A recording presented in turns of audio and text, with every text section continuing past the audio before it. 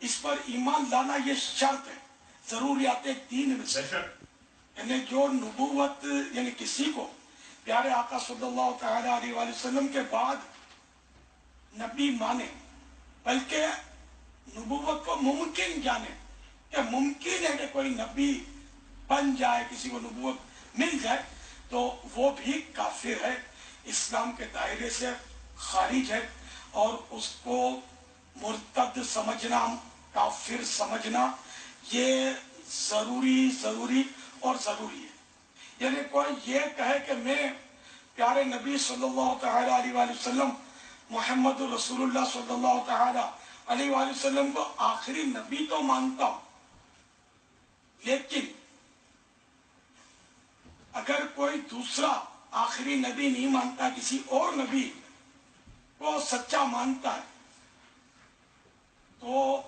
ایسا شخص بھی اسلام سے خارج ہے، اس کا پیارے آقا صلی اللہ تعالی علیہ وآلہ وسلم کو آخری نبی ماننا،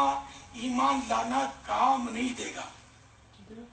دوسرے نبی کا جو کلمہ پڑھے، جھوٹے نبی کا، اس کو کافر جاننا، مرتد جاننا یہ ضروری ہے۔ یعنی یہ نہیں کہ وہ کچے مسلمان ہیں تو پکے مسلمان ہو جائے، تو وہ کچے مسلمان بھی نہیں ہیں۔ جو غلام احمد قادیانی کی نبوت کو مانتے ہیں وہ اسلام سے بالکل خارج ہیں، اسلام سے کوئی ان کا واسطہ نہیں ہے، اور یہ بالکل مرتد ہیں، اور اسی مذہب پر اگر یہ مرے،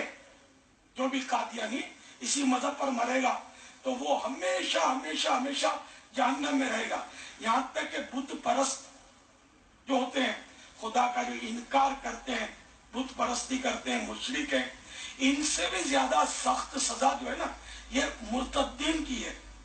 مثلا قادیانیوں کی، یہ اس سے بھی زیادہ جہنم کے گہرے طبقے میں ہوں گے، اور کبھی بھی نہیں نکلیں گے اس سے۔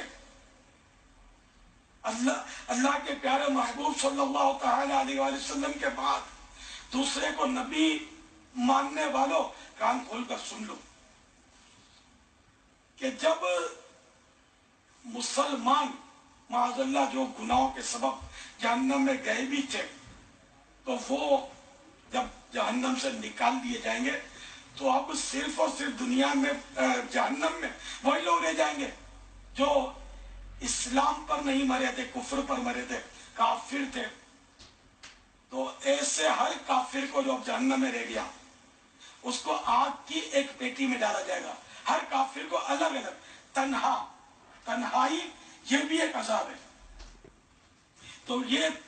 تنہا ایک آگ کی پیٹی، آگ کے صندوق، آگ کے باکس میں اس کو ڈالا جائے گا، اور اس آگ کے باکس کو آگ کا قفل یعنی فائر لاک لگا دیا جائے گا۔ پھر اس آگ کے باکس کو دوسرے آگ کے باکس میں رکھا جائے گا، اور اس دونوں کے درمیان جو گیپ ہوگا نا، باکسوں کے درمیان، ان باکسز کے درمیان جو گیپ ہوگا اس میں بھی آگ بھڑکائی جائے گی۔ اب وہ ایک لاک پھر اس کو بھی آگ کا لگا دیا جائے گا، پھر اس کو تیسرے باکس میں رکھا جائے گا آگ کے، اس کے درمیان بھی آگ روشن کی جائے گی، اور اس کو آگ کا لاک لگا دیا جائے گا۔ اب وہ شدید شدید شدید آگوں میں اکیلا، ہر ایک سمجھے گا کہ اب میں اکیلا رہ گیا جہنم میں، اور پھر ان کو اعلان کیا جائے گا، اور وہ ان کو ایک مینڈھا دکھایا جائے گا، شیپ، بہت بڑا شیپ دکھایا جائے گا، مینڈھا، اور کہا جائے گا کہ یہ موت ہے، اور اس کو دکھا کر اس کو ذبح کر دیا جائے گا، اس شیپ کو۔ جنتیوں کو کہا جائے گا کہ تمہیں مبارک ہو، تمہیں خوشخبری ہو کہ اب تم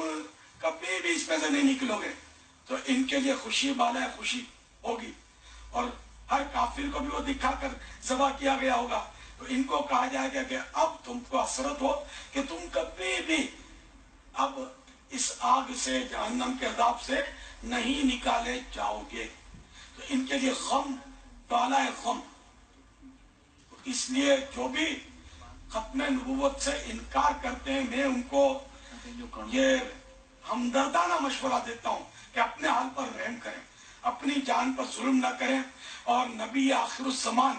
محمد رسول اللہ صلی اللہ تعالی علیہ وآلہ وسلم پر سچے دل سے ایمان لے آئیں، اور جس نے نبوت کا جھوٹا دعویٰ کیا اس کو مرتد سمجھیں، اس کو نبی جو مانتے ہیں ان کو بھی مرتد سمجھیں، یہ بھی آپ کے لیے ضروری ہے، اور